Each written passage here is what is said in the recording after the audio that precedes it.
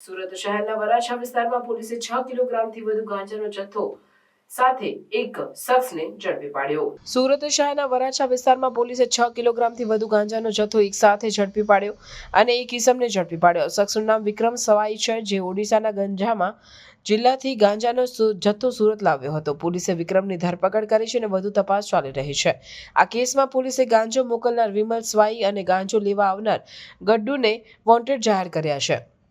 તેઓની શોધખોળ ચાલુ છે અને પોલીસ તેમના સંપર્કોમાં રહેલા અન્ય લોકોની પણ તપાસ કરી રહી છે।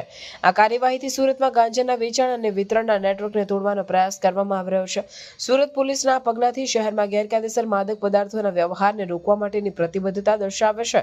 આ પ્રકારની કાર્યવાહીથી શહેરમાં નશીલા પદાર્થોના પ્રસારને ઘટાડવામાં મદદ મળશે અને સ્થાનિક યુવાઓને આ પ્રકારના પદાર્થોથી દૂર રાખવામાં મદદ મળશે। આ ઘટના સુરત શહેરમાં ગેરકાયદેસર માદક પદાર્થોના વ્યવહારને રોકવા માટેની પોલીસની કાર્યક્ષમતા અને પ્રતિબદ્ધતાનું ઉદાહરણ છે।